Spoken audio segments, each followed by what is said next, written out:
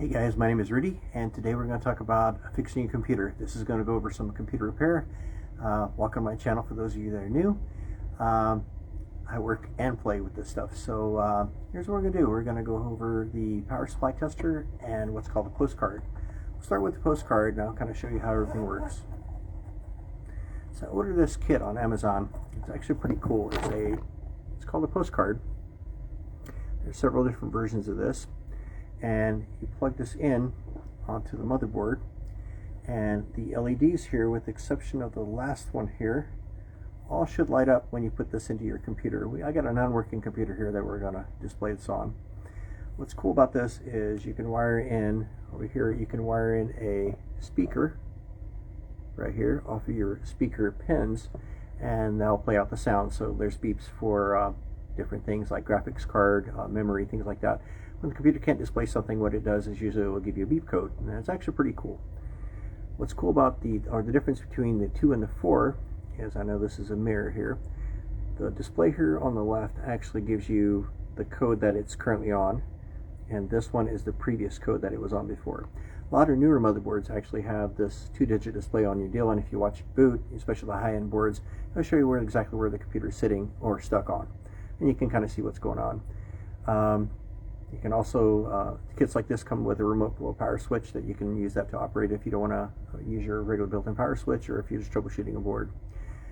This one here, I guess the PCI Express is not very good, what I've been told on reviews. This one has worked for me pretty well. I'm actually ordering one for here as well.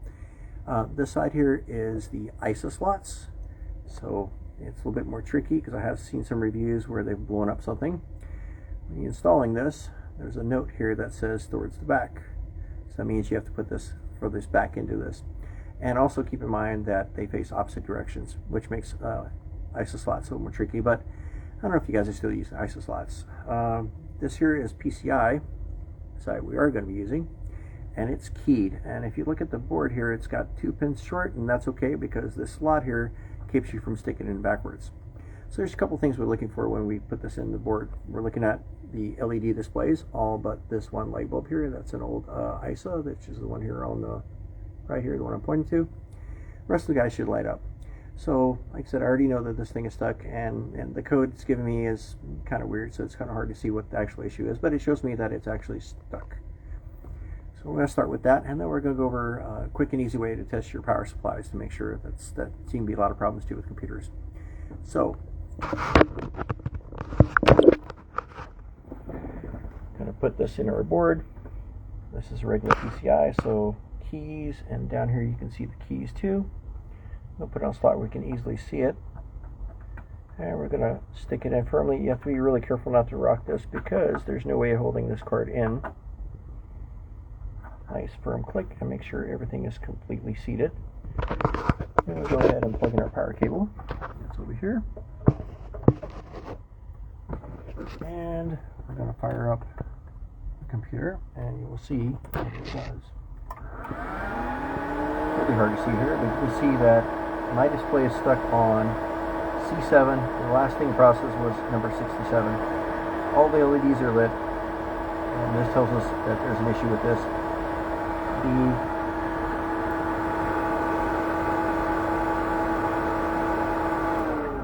Always have the power before removing and inserting this card. It's always good to let the fan spin down and everything else before removing it, and again, make sure it's always seated, not hot swappable. The ISO slots, so the PCI facing this way, the ISO slot will be facing this way if you're installing it, and you'd have to put this on the furthest edge. Sorry, this side be closest to the edge of the actual wall of the computer. Anyway, I think this card is actually really good, and zoom in on the stuff that it has. And it's about 10 to 15 bucks on Amazon. It's actually a pretty good deal here too. Next thing we're going to talk about is, so I figure out where to just put it, my power supply tester. Also another great product. Switch back here.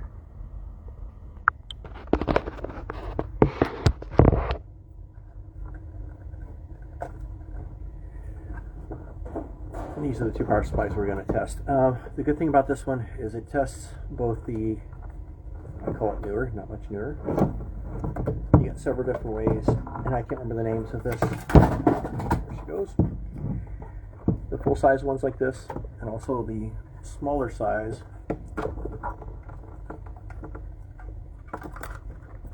Like this. You can see that there's a difference in size here by a couple of inches short. And I'll make sure I get the right one here. So anyway, let's talk about this tester real quick. Again, about 20 bucks. And what I really like about this is the packaging to help you out. Just says power supply tester 4. So they make two different versions of this. One is an LED version where everything lights up right here and you can see the stuff that's in there. There's also one value that's not present, which is the same case here. This one's got a digital display, so it'll tell you exactly what it's putting out. There's no batteries in here. All it does is it draws power from the actual motherboard big fat ribbon cable there. What's also cool is, so that's this side here. This side here has lights, the LEDs here on top. The 3.3 is the one that will not light up when we put the cables in. And what's really cool is this guy does, on the side here, has the 8-pin cable you can test, the 6-pin cable you can test, and for those of us really old, you can actually test your floppy controller, or your floppy power. The floppy power, you have to make sure that you put it in for the key so that you don't blow this up. So on the top, which is really cool, is you can also test your SATA connector here. You can plug that in and it'll tell you if it's working or not. We'll do that here on this one as well. And the old Molex connector here on this side, it's kind of hard to see. There we go. But the key thing to get this thing functional is you actually have to have it plugged in here for it to work. So we're going to go through this real fast and see what we get. Obviously, if you plug the stuff in and you know you have power and nothing's happening, that means your power supply is toast. Some power supplies, especially smaller ones, do have a fuse, but most of the time it's just dead. You just got to buy a new one. So I'm going to start with this guy here. This is a Hip Pro one, and it's made for a Siemens computer, but that's kind of irrelevant here. So we're going to connect the power supply here all the way in, make sure it's flush, and we're also going to connect one of the SATA controllers in here too. There's that. Now this guy, we're going to apply power.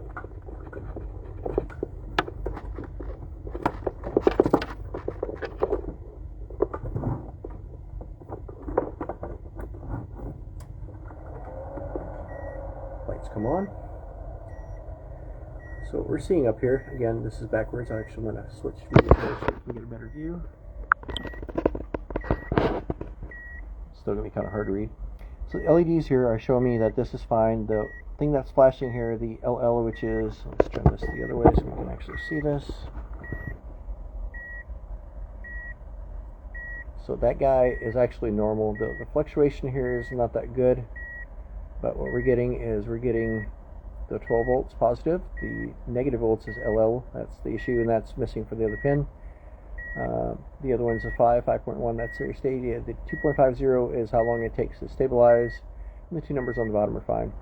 So if I go ahead and I remove the SATA connector out of here, lights go out, the LEDs go out. So I can do the same thing if I have a, let's see if I have one available here. I apply the mullet connector, it's down over here,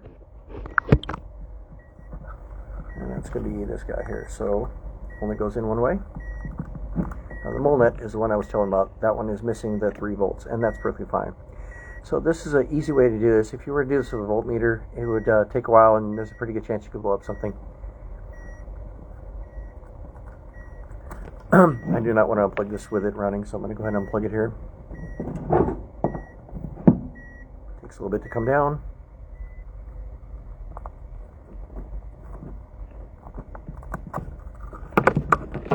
And we know this power supply is good.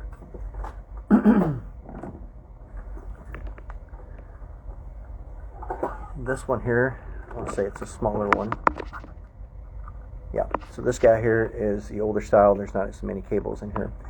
What you got to do with this one, if you have a computer that old, Still line it up over here, and it's pretty much almost idiot proof. You can't shove it in here. It's physically impossible to stuff this in here like this. So what you do is you put it on the side here. And I think this one has issues, so we'll try this out real quick.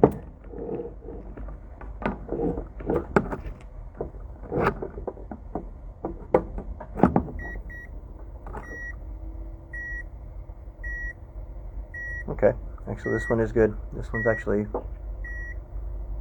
so I'll put this down as a good one as well. If I want to randomly test one of the connectors here, I'm going to do the walnut connectors here. Same thing, it lights up.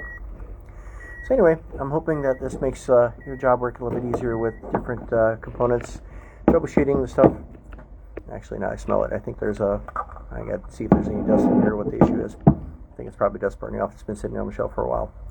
Anyway, so these are two products that I think are really awesome for computer repair. I think it makes your job a little bit easier. You may not know exactly what's wrong with the board, but you at least can eliminate the board. If it's not getting power, you get that up here. That could be the board or power supply, but I think this really enables troubleshooting. It makes a little bit easier for all those of us that play with this stuff every day, which is probably one of the reasons you guys are here, or something broke. Anyway, guys, till next time, take care.